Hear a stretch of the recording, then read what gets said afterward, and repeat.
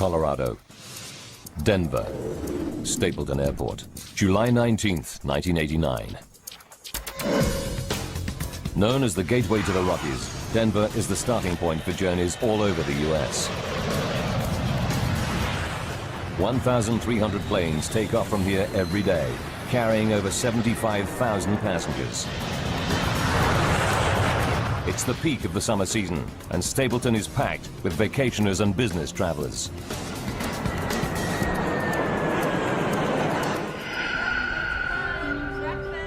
Debbie McKelvey will be among the vacationers flying from Stapleton today. She's taking her children, Devon, age 6, and her son Ryan, who's 7, to a family reunion back in her home state of Pennsylvania. I was going home for 2 weeks with my children, and I was very, very excited about the trip. Debbie is taking advantage of United Airlines Children's Day promotion. Today, kids under 14 can fly for 1 cent, but each must fly with a paying adult. Debbie pairs up with a tennis club girlfriend, Ruth Ness, so she can sit with one of the kids. It was nice having Ruth with me because she entertained one child while I was entertaining the other child. 1:15 p.m. Debbie, Ruth, and the kids wait to board flight UA 232 to Philadelphia via Chicago.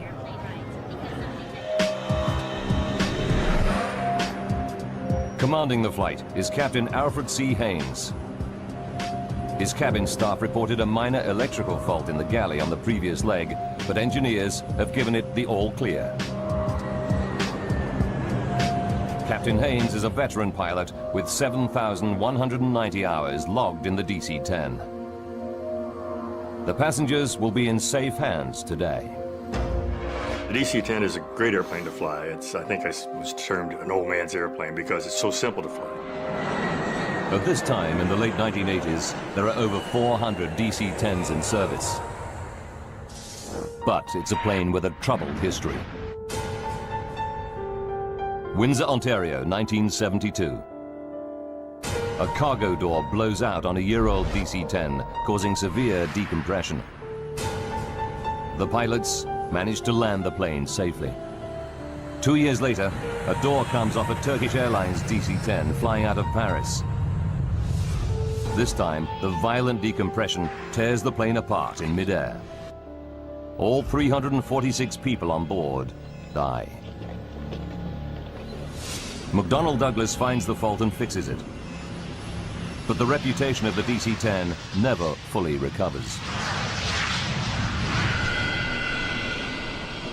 The DC-10 making flight 232 today is in its 17th year of service and has flown over 43,000 hours. So far, without incident. Today should be no different. Jerry Schemmel is Deputy Commissioner of the Continental Basketball Association and a frequent flyer. I was never a nervous flyer. I always kind of enjoyed flying. I took my first flight at age 18. I always enjoyed it. Jerry is flying to Columbus on business with his boss and great friend, Jay Ramsdell. Their original flight is cancelled, but Jay gets a seat on the very next flight. The bad news is there's no seat for Jerry. Jay decides to stay with his buddy and wait for an even later plane. I didn't think much of it at that time. I thought it was a nice gesture. I thought to myself, I hope I would have done the same thing. Finally, after a 6.5-hour wait, Jerry and Jay both get seats on flight UA 232 to Philadelphia. Flight 232 is busy today. It's carrying 285 passengers and 11 crew. Debbie McKelvey boards with her friend and 2 kids. They add to an unusually high number of children on board. 52 in total, thanks to the Children's Day deal. For senior flight attendant Jan Brown Law, lots of children on board means a busy flight ahead. After a 4-day trip, Jan is excited to be heading home to Chicago. I just remember feeling just the energy of this last leg and getting all pumped up to do the service. Captain Haynes, co-pilot Bill Records, and flight engineer Dudley Dvorak run through their pre-flight checks. They taxi out to the runway and await the takeoff clearance. At 2:09 p.m., the three-engine jet flies out of Denver. The morning we left Denver, it was clear skies, beautiful day, nice smooth air, comfortable flight, just a routine flight. Debbie McKelvey sits with her son Ryan while her friend Ruth is one row behind, looking after her daughter Devon. At 3:16 p.m., they're finishing their meal.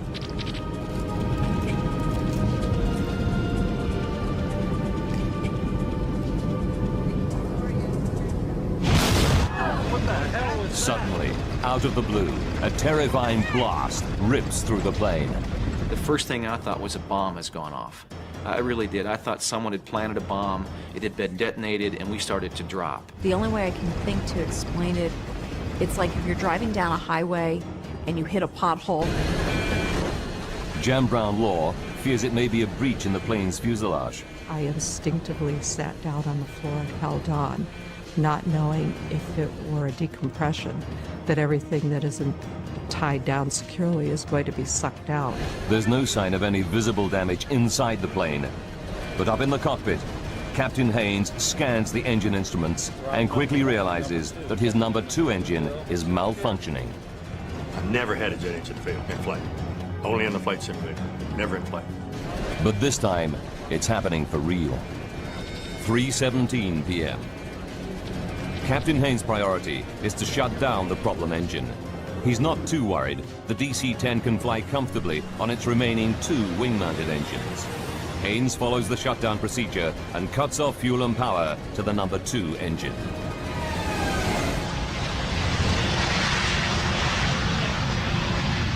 The problem engine is off. But now flight engineer Dudley Dvorak spots something else wrong. Al, we've lost all hydraulic quantity. His instruments tell him that all 3 of the plane's hydraulic systems are empty. He cannot believe his eyes. The hydraulic systems operate the plane's flaps, ailerons, rudder, and elevator. Without these controls, the pilots won't be able to steer the plane or take it up or down. But the instruments are right. Al, can you help me out with this? Co-pilot Bill Records is horrified to find his flight controls are no longer responding.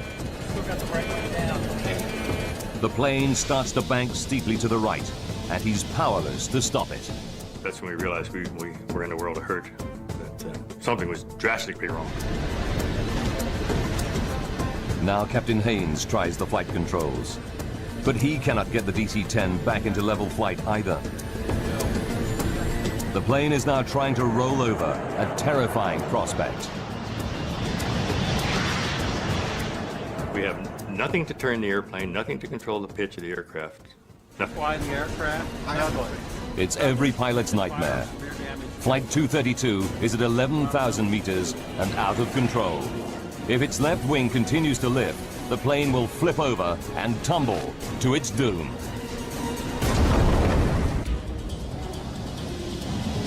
United Airlines Flight 232 is down to 2 engines. Worse still, the plane has lost all conventional flight controls. Despite everything that Captain Haynes tries, the plane seems bent on turning over. Back in the cabin, the passengers feel the plane banking steeply. Now, my son at 7½, he had always been a people watcher. And he looked around and he said, something's not right here. You could feel the turn. You could feel the sensation physically of your body leaning off to the right side. I remember feeling that, thinking that was very unusual. 3:18 p.m. The left wing is so high that the plane is in an extremely steep bank. Al Haynes knows that within a few more seconds, it will roll over and tumble out of control. There is just one old aviator's trick left to him. If it fails, Flight 232 is doomed. The first reaction was to just close one throttle and push the other one up, see if maybe that would help. In a desperate bid to restore level flight, Haynes tries adjusting the relative power of the two wing engines. If the right engine runs faster, the airplane will bank left, and vice versa.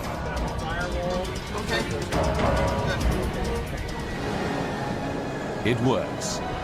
Captain Haynes is able to pull the plane out of its roll. He still has no flight controls, but he regains a crude form of steering by using the throttles. But Haynes finds that he can only make right-hand turns. 3:20 p.m. Co-pilot Bill Records radios Minneapolis Air Route Traffic Control Center. United 232 Heavy. We've shut down engine. He reports the loss of flight controls and requests a flight path to the nearest airport. The pilots have no idea how they're going to land the crippled plane. Ladies and gentlemen, this is the captain. We've shut down the number 2 engine. Now Captain Haynes tells passengers that one engine has failed, but he doesn't mention the loss of flight controls. Chicago, but we may be just a... Not all the passengers find his words reassuring. You could just feel a tenseness in the flight attendants. And that's when you kind of felt there's something not right here.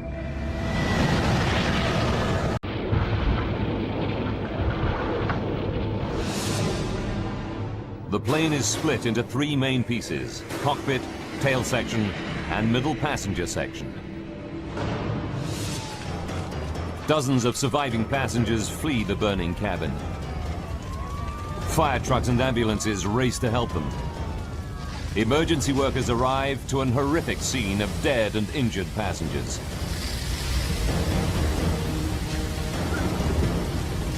Survivors escaping the wreckage scatter through cornfields at the edge of the runway. Debbie and her son Ryan are among them. I grabbed my son and we started running and running. And I had no idea where we are. Some of the children and babies held on the floor before landing are missing. The violence of the crash tore them from their parents' grasp. One grief-stricken mother confronts flight attendant Jan Brown-Law. And she just looked up at me and she said, "You told me to put him on the floor, that it would be all right." And I thought, I'm going to live with those words for the rest of my life. The child, 23-month-old Evan Zhao, tragically died in the burning jet. In the chaos of the crash, Debbie McKelvey and her son Ryan managed to get out of the wreck. But she can't see 6-year-old daughter Devon anywhere. So then you start really thinking, why didn't I have both of them? And it's just a horrible, horrible sinking feeling. Jerry Schemmel escaped the cabin unhurt. But now he hears a baby's cries. Despite the choking fumes, he ventures back inside the burning aircraft. I didn't think if I go back in, the thing will explode or I might not find my way back out. I just reacted. I heard the cries of baby, and the next thing I know, I'm back inside the aircraft. As the central cabin section burns, it starts to fill with toxic fumes. Smoke like this can kill in minutes. Parents like Debbie McKelvey fear that their missing children could still be somewhere inside the blazing jet. Flight 232 crashes at Sioux City Airport and lies in a smoking ruin at the edge of the runway. Survivors flee the crashed airliner, but a baby's cries draw passenger Jerry Schemmel back inside. So I finally got right over top of the crying, and I'm feeling around, and there's a baby stuck inside this overhead bin. I just grabbed the baby with one arm and scooped her out of a hole. I got back on my feet, found the opening, just kind of aimed for the sunlight, and shot out the plane the second time. Jerry's actions probably saved the baby's life. But Debbie McKelvey is desperate. She fears her daughter and friend have not survived the crash. Then, suddenly, she spots a face. It's her 6-year-old daughter, Devon, emerging from the smoke. It was the absolute best feeling because she was there and she was okay. While passengers flee the wreckage, Captain Haynes and the flight crew are trapped in the cockpit. The plane's nose has buried itself into the soft earth beside the runway. It's the last place the rescuers reach. They have to use a forklift and cutting equipment to get through the twisted wreckage. It takes 30 minutes to reach the pilots. At 5 p.m., rescuers pull out all 4 pilots, seriously injured, but alive. I remember the pat on my chest, and his words to me were, "You're okay, buddy, I'm here, I got you, you're gonna be okay." And I felt this tremendous relief. The flaming wreck of UA-232 burns for over 2 hours. 9 helicopters and 34 ambulances evacuate survivors.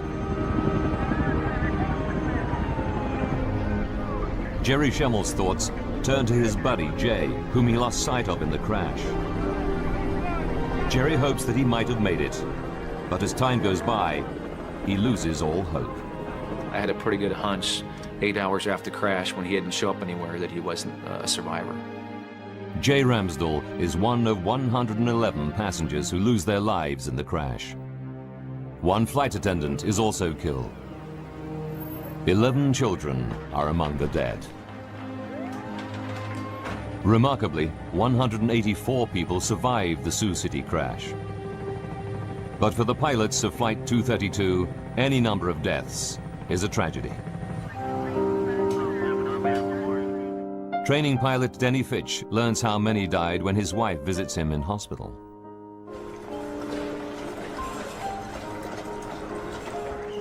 And she started crying because she realized I didn't know the truth. That in fact 112 people had died behind me. And I saw her cry, I had my answer. And I cried every waking moment for the next 3 days. I just couldn't stop crying. It just so tore my heart out to know that people died behind me. I was ready to die for them, and I didn't want them to die. Al Haynes and the flight crew are determined that something positive should come out of the tragedy. I would like to say that this crew, and in fact the entire industry, is dedicated to finding the cause of this accident. So maybe we can never have it happen again.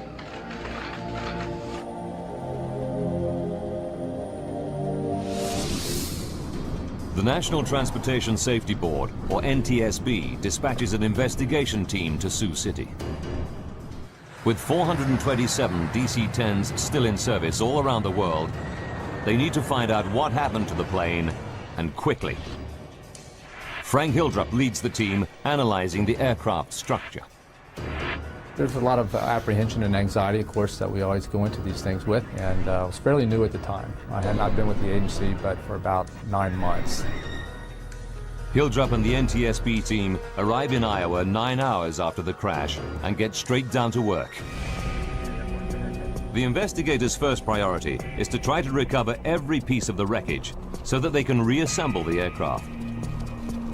It's a mammoth task. It was such an immense accident scene that we just knew we had a long investigation ahead of ourselves.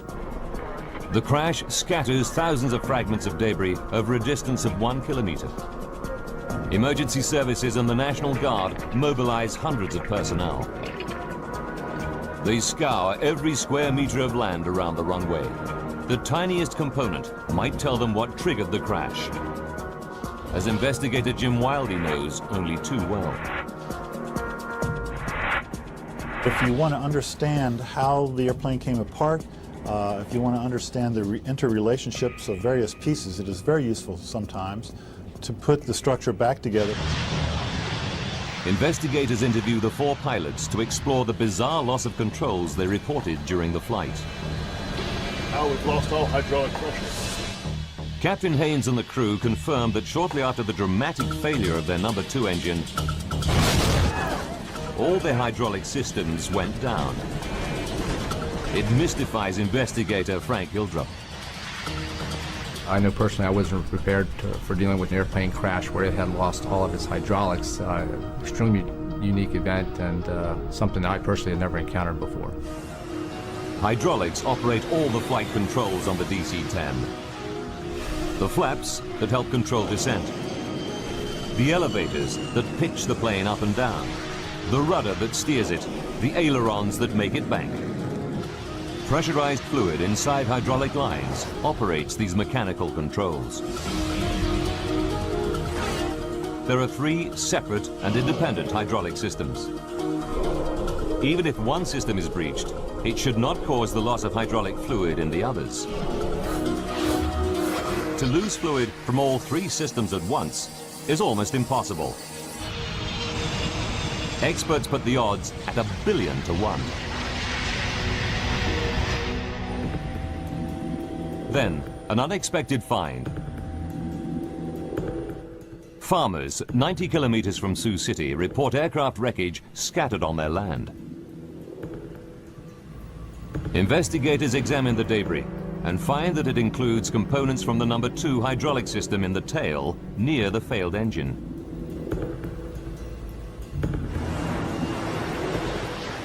The team can calculate from the plane's flight path exactly when these parts fell. They discover it happened at 3:16 p.m., the same moment as the loud bang and the engine failure. What was that? Everything points to a catastrophic event inside the engine, which then damages the hydraulic systems.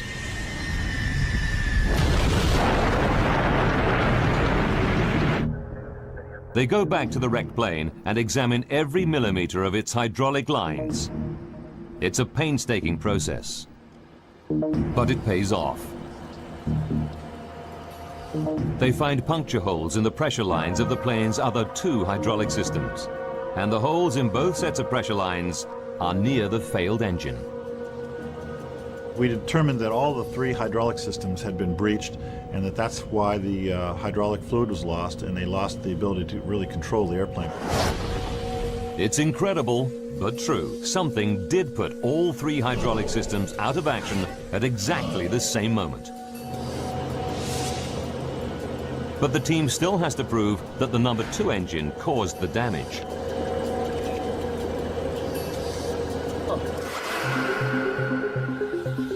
They inspect the puncture holes with a scanning electron microscope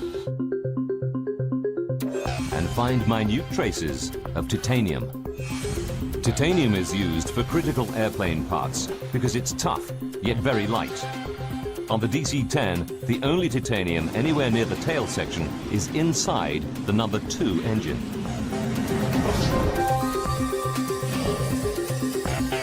And when NTSB engineers reconstruct the DC-10's number 2 engine, a new clue confirms the team's theory. We learned that a major portion of the number 2 engine in the tail of the airplane had come apart and was missing.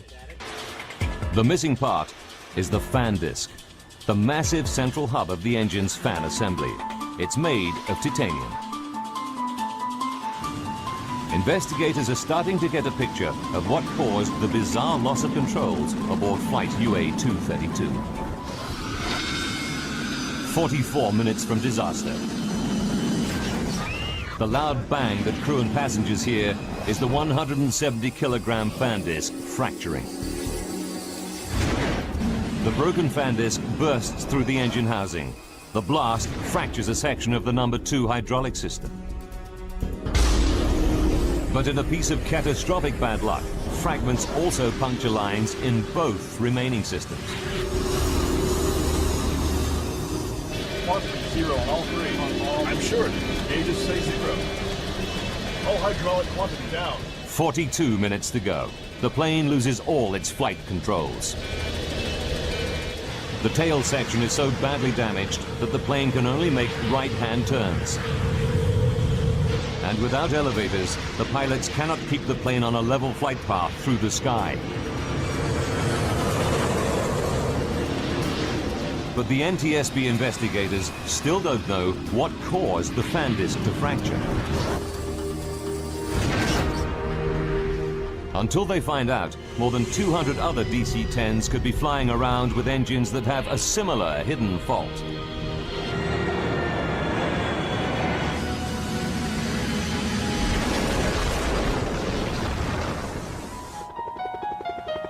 They must locate and examine the missing pieces of fan disc.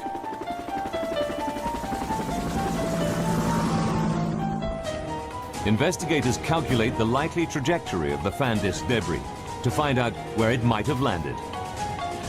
They narrow it down to a tract of Iowa corn belt 36 square kilometers in size.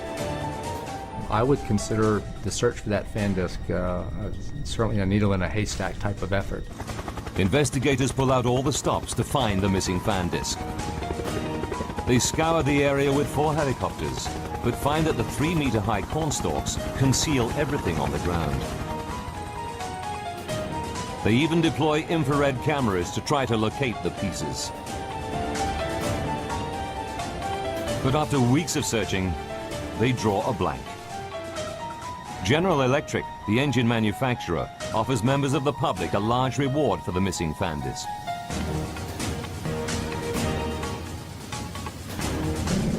But there's still no sign of it.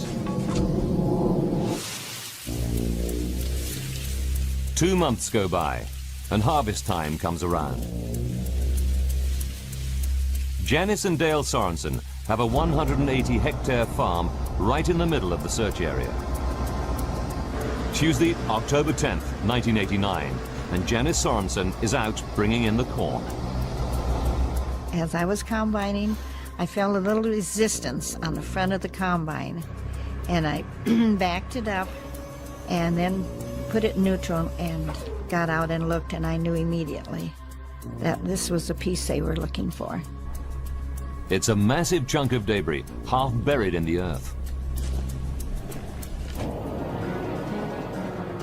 Teams from General Electric and the NTSB race to the Sorensen farm.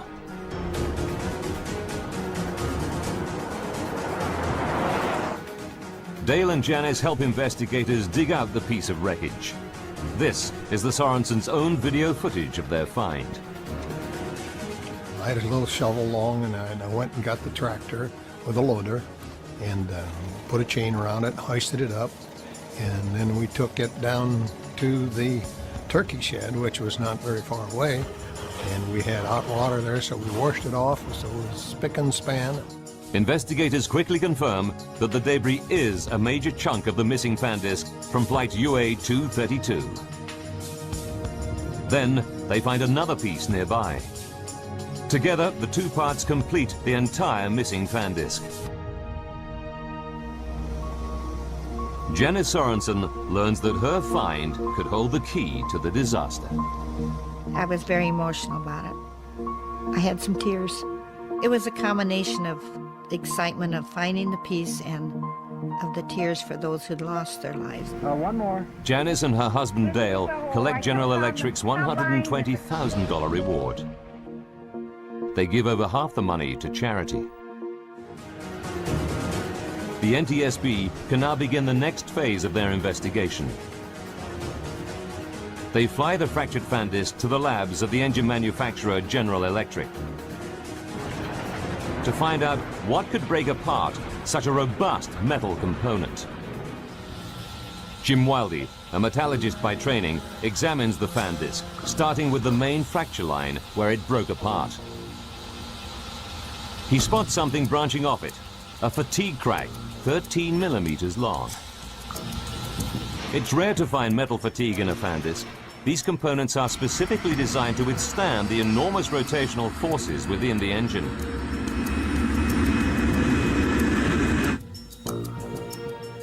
Then, at the base of the fatigue crack, Wildy sees a tiny cavity.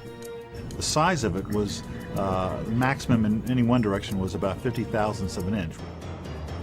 As he scans the cavity more closely, he sees that the metal around it looks discolored. He takes a sample from this suspect area for testing. What he discovers will shock the investigation team and rock the aviation industry to its core.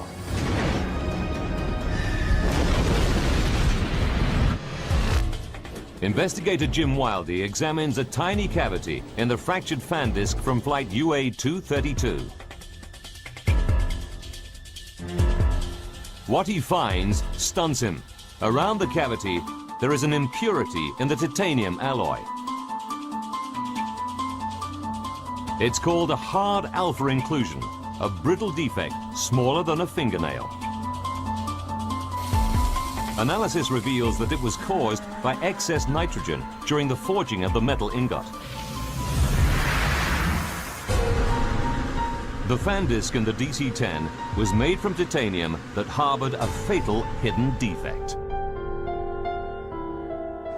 It's the final piece of the puzzle. The NTSB team can now put together the chain of events that left the passengers and crew of Flight UA-232 seconds from disaster.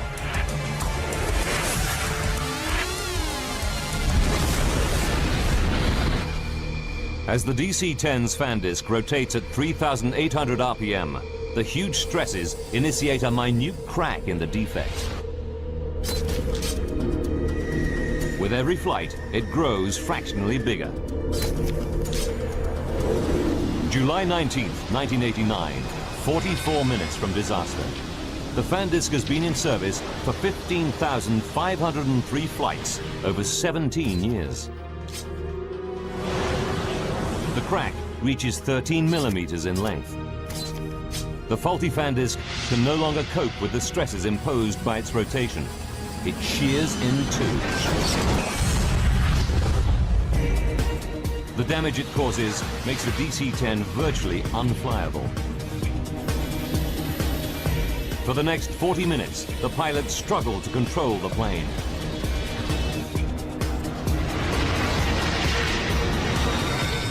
Five minutes to go. Flight 232 comes out of its final turn into Sioux City.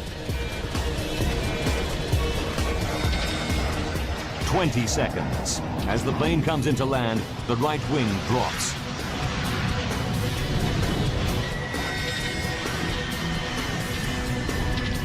Disaster strikes. The right wingtip hits the ground, and the DC-10 careers down the runway.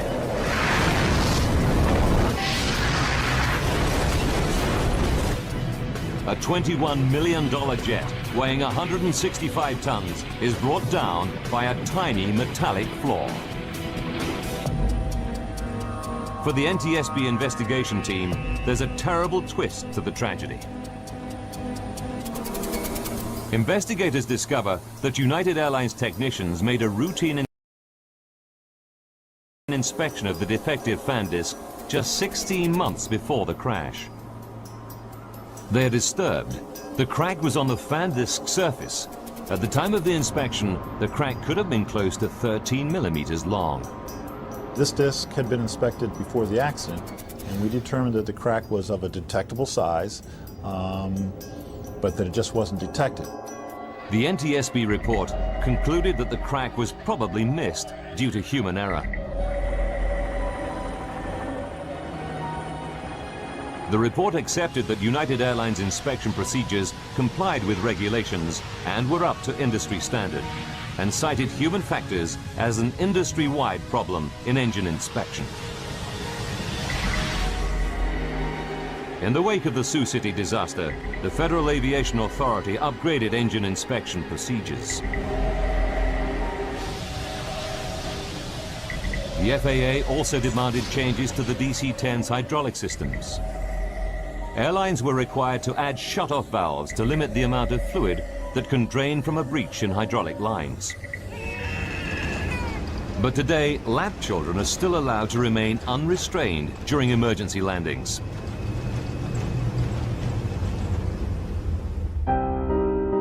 Ever since the crash, Jan Brown Law has campaigned for all children to have allocated seats and safety restraints on airplanes.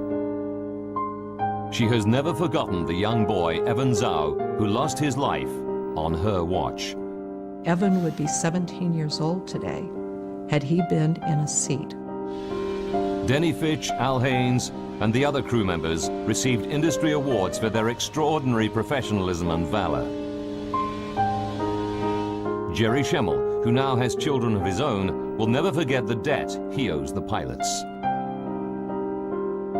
I've thought about those guys every day for 16 years. I don't think we could have been equipped with a better cockpit crew than what we had. The safety measures triggered by the Sioux City crash transformed aviation safety, not just on the DC-10, but on all passenger airliners. The new rules should ensure that such a bizarre and devastating accident can never happen again.